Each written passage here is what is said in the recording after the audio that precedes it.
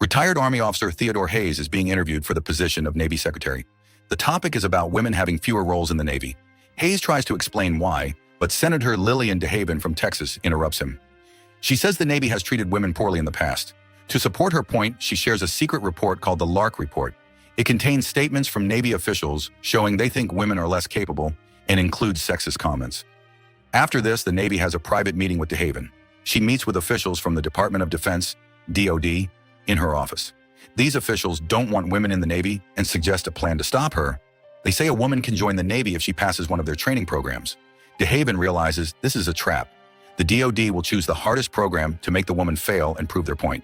Still, DeHaven agrees because the program will bring her attention and help her career. The DoD meets with Hayes outside the Senate. They decide to pick the hardest program, the U.S. Navy Combined Reconnaissance Team, CRT. This training is very tough, with 60% of people quitting by the fourth week. The third week, called Hell Week, is especially hard. The officials believe no woman will last beyond the first week. The story then shifts to Lieutenant Jordan O'Neill, a topographic analyst in the Navy. She is working in a satellite control room, trying to guide a SEAL team out of a dangerous situation. The control room has lost contact with the team, and one officer suggests sending backup. However, the backup will take 18 minutes to reach the team. Lieutenant O'Neill has a smart idea during the rescue operation. She suggests changing the pickup point instead of waiting for backup. She explains that the SEAL team, being highly trained, will likely find a safer exit themselves. O'Neill studies the satellite images and identifies a spot that will reduce rescue time by half.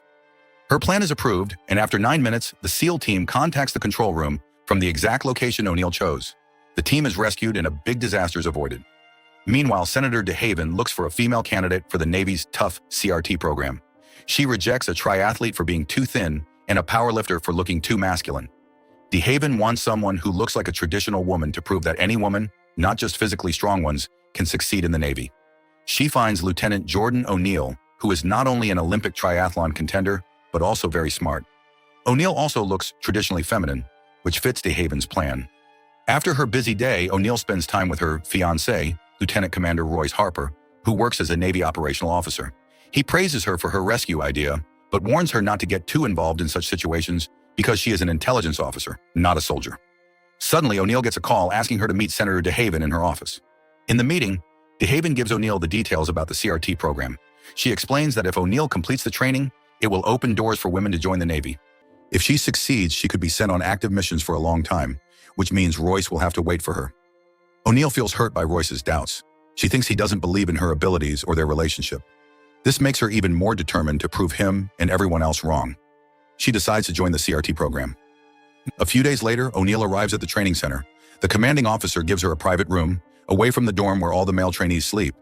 Soon, everyone finds out that a woman is in the program. The male trainees are not happy about it. That night, when O'Neill goes to the dining hall, some of the men make rude comments and jokes about her. The next day, the tough training begins.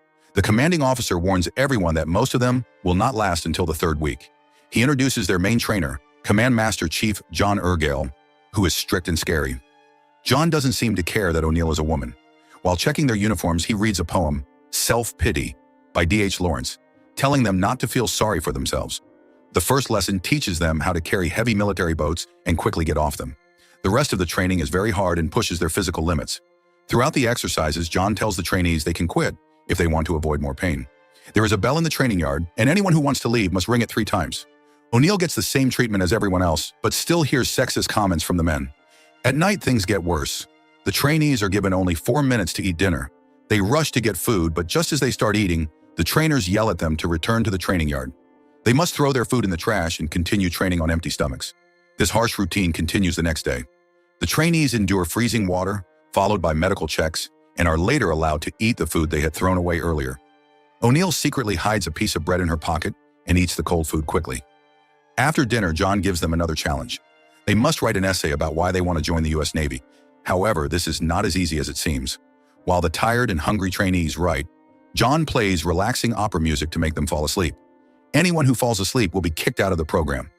O'Neill eats the bread she had hidden earlier, which helps her stay awake and complete the test. 15 minutes later, Command Master John returns and orders the trainees to run to the training yard. They must complete an obstacle course that includes avoiding live gunfire. O'Neill is told she will be given a platform to help her jump over some obstacles. She protests because she wants to be treated like everyone else, but her complaints are ignored. The Army rules say that obstacle heights for female cadets should be lower than for males. During the obstacle course, John watches as O'Neill refuses to use the platforms. She completes each challenge the same way as the men. At the wall climbing obstacle, she even helps her teammates by letting them climb on her back. However, when it's her turn to climb, the men refuse to help her. It's clear they still dislike having a woman in their group. The intense 20-hour-a-day training starts to wear down many soldiers. More and more trainees quit, but O'Neill surprises everyone by staying strong. Still, she feels upset about being treated differently with the platforms. She tries to talk to the commanding officer, asking to be treated equally. Instead, she faces sexist comments, and the officer makes it clear he doesn't want a woman in the camp. Feeling frustrated, O'Neill decides to take action. She goes to a barber shop and cuts her hair short, giving up her feminine appearance. Then she moves her belongings from her private room into the common dorm where the male trainees sleep. This causes tension, especially because she brings tampons with her, making the men uncomfortable. Command Master John notices this and isn't happy with her decision. The scene shifts to Hayes, who has now been elected Secretary of the Navy.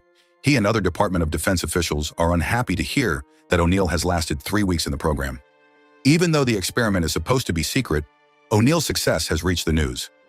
The public doesn't know her real name and calls her G.I. Jane. Back at the training center, the program becomes even harder, but O'Neill keeps pushing herself. She trains even harder to prove the sexist men wrong. Over time, her body becomes lean and muscular. Meanwhile, news reporters grow eager to cover the story of G.I. Jane, the woman surviving the Navy's toughest training. One day, while O'Neill is showering alone, Command Master John arrives with important news. The most senior member of her team has been hospitalized with a fractured leg. This makes O'Neill the new team leader, because she is now the most experienced soldier in the group. Meanwhile, Department of Defense, DoD officials, and Secretary Hayes are upset that O'Neill has survived Hell Week and is competing equally with the men. However, they still hope she will fail during the next phase of training, CRA, survival, evasion, resistance, and escape. The CRA phase begins. The trainees are dropped from an airplane into an unknown area. Their task is to reach a target, gather information, and escape without being captured. CRA is not just about physical fitness. It prepares soldiers for real-world survival situations. If they are caught or ask for early extraction, they will be treated as prisoners of war. During the training, 2 members of O'Neill's team are captured because they ignore her orders. Another teammate breaks his leg while rushing to the safe zone. When O'Neill tries to help him, she is also captured. Although they are trainees, the officers treat them as real prisoners. They even torture the injured soldier to force him to reveal information about their team. When it's O'Neill's turn, Command Master John personally interrogates her. With her hands tied behind her back, John beats her severely. Another officer tries to intervene, but John orders him to leave. He drags O'Neill through a door and forces her head into ice-cold water. He tortures her to pressure her teammates into giving up their location, but O'Neill tells them to stay silent. John escalates the torture and threatens to rip O'Neill's pants off, claiming this could happen in a real scenario. O'Neill fights back, hitting John between the legs and kicking him twice. John quickly recovers, knocks her out, and justifies his actions by saying she isn't fit for combat. When O'Neill regains consciousness, she mocks John, telling him to kiss her backside. The male trainees who once disliked her cheer her on and join in mocking John. This moment unites the group, turning them into a true team. Seeing this, John finally respects O'Neill for her resilience and leadership. News of G.I. Jane passing the CR training reaches Senator DeHaven, who is thrilled. O'Neill's bravery has earned her the respect of her teammates, who now treat her as an equal and a friend. One day, while O'Neill is relaxing on the beach with her female friends, someone secretly takes photos of her. These photos are sent to the higher-ups, who accuse O'Neill of being homosexual. They claim that being photographed with female officers during training is shameful for the Navy. O'Neill is told she must leave the training while the photos are investigated. She can rejoin the program only if cleared, but she would have to start over from the beginning. Angry and frustrated, O'Neill rings the bell 3 times, signaling she is leaving the program. She goes home to her fiancé, who has shocking news.